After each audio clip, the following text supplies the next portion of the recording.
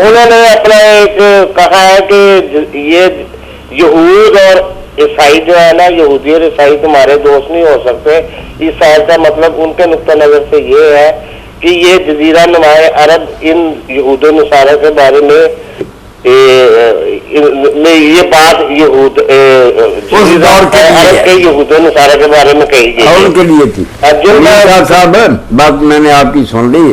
ان کے جو ہے نا نظریات اس کے مطابق تو سارا دین اس صدی کے لیے تھا، عرب کے لیے تھا. ہم تو خواہ مخواہ مسلمان ہوئے. غلبہ دین اور اقامت دین کہتے ہیں وہاں ہی تھا کہ رسول اللہ کریں دین قائم یا صحابہ، اس کے بعد وہ کام ختم ہو گیا. اب وہ دین کے غلبے کی بھی کوشش کرنا جرم ہے. کوئی اس کو قائم کرنے کی کوشش نہیں کرنا، کسی کو کوئی سزا نہیں دینی اگر وہ دین کی مٹی پلید کرے. ان کے خیال میں تو بہتر بات وہی ہے جو بہاءاللہ ایرانی نے کہی تھی کہ ہر کتاب کی ایک مدت ہوتی ہے. قرآن کی مدت 1000 سال تھی، وہ ختم ہو گئی ہے.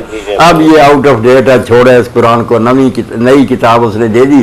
کہنا تو یہ بھی یہی چاہتے ہیں، کبھی اس کو زمینی حقائق کہتے ہیں، کبھی زمانے کے تقاضے. مقصد یہی ہے کہ یہ قرآن پرانا ہو چکا، اس لیے اس بیچارے کی جان چھوڑے، جرت کر کے کہہ دیں یار اس قرآن کو ہم نہیں مانتے. کہنا تو ان کو یہ چاہیے.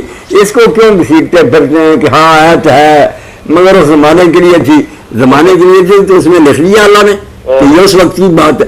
اللہ تو قیامت تک کے لیے کہتا ہے کہ یہود اور نصارہ تمہارے دوست نہیں ہو سکتے. ایک دوسری بات بھی کہی ہے کہ نماز جمعہ کا ممبر ذرا امین صاحب چپ کریں گے کیونکہ موضوع بہت لازمی ہے اور اچھا بیان کرنا تھوڑا سا. یہود نصارہ اس وقت کے جو تھے ان کو کوئی ذاتی عداوت تو حضور سے نہیں تھی کہ اس دور کے یہودیوں کو تھی اور عیسائیوں کا بھی. ان کی بنیاد تو یہی تھی کہ یہ ہمارے دین کے خلاف ہے. وہ بات اب بھی ہے، قیامت تک رہے گی.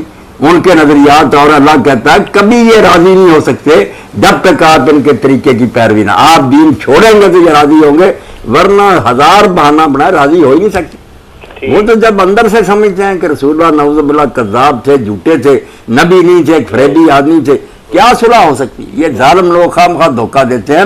ان یہود اور نصارہ سے صلح کا کوئی امکان نہیں. باقی انسان ہوتے ہوئے زمین پر سب کو رہنے کا حق ہے. وہ ہمیں نہ چھیڑیں، ہم بھی ان کو نہیں چھیڑیں گے. مگر اگر وہ ہمارے علاقے چھین لیں، ہمارے وسائل پر قبضہ کر لیں، بے گناہ لوگوں کو قتل کریں تو مسلمان ذلیل و رسوا ہو کر آرام سے جوتیاں کھاتے رہے، ان کا دفاع نہیں کرنا. ہاں تو یہ بالکل مسلمانوں کو بزدل بنانے کے لیے، کمزور بنانے کے لیے کر رہا ہے. ادھر وحید الدین خان صاحب ہے، ادھر یہ صاحب لگے ہوئے ہیں. مقصد یہی ہے کہ مسلمان بے حمیت ہو جائیں، کفار مسلط ہو جائیں. وحید الدین خان صاحب مولانا صاحب یہ ابھی حیات میں ہیں بلا؟ وحید الدین آپ ان کا نام چھوڑ دیں. وحید الدین کی کتابیں آپ دارالتذکیر ہے لاہور میں لے لیں، آپ کو پتہ چل گیا ایک لفظ بھی اپنا نہیں کہتا. اس کا ہی شاگرد اور مرید ہے. بدنام حضرت مولانا امین حسن عیسائی کو کرتا، ان کی ساری تفسیر کے خلاف کرتا ہے. وہ پردے کے حامی تھے، کٹڑ پردار قرآن لکھی انہوں نے، مسلمان اور پاکستانی عورت دورائے پر لکھی، موسیقی کے سخت خلاف تھے، تصویر کے خلاف تھے. یہ ساری باتیں ان کی جو اس کے اوٹ کرتا حضرت شیخ امام اسلائی صاحب کرتا رہتا ہے. اور بنیاد باتیں ساری وہ وحید الدین کی ہیں. جو بھوکا مرتا تھا ہندوؤں نے اب اس کو جاگیریں دے دی، کوٹھیاں بنا دیں، کاریں بنا دیں. کفر کا وہ حامی ہو گیا کہ نہیں کچھ نہیں، باندھنا جہاد کرنا چاہیے. وہ کہتا بندے تو 2 ہی پیدا ہوئے ہیں، ایک قادیانی اور ایک سر سید احمد، جنہوں نے یار کہا کافر حکومتوں سے لڑنا نہیں چاہیے. ایسے تو یہ لوگ ہیں جو غلام بنانا چاہتے ہیں. آپ بالکل اپنی محتاط رہیں، ان کے فطرے میں نہ آئیں.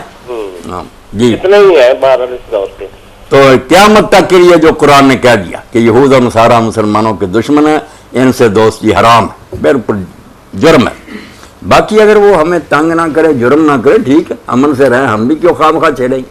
بلکہ ہمارے علاقوں میں جو رہتے ہیں غیر مسلم، ان کے تو ہم ذمہ دار ہیں، وہ ذمہ ہیں. ان کو گارنٹی دی ہے.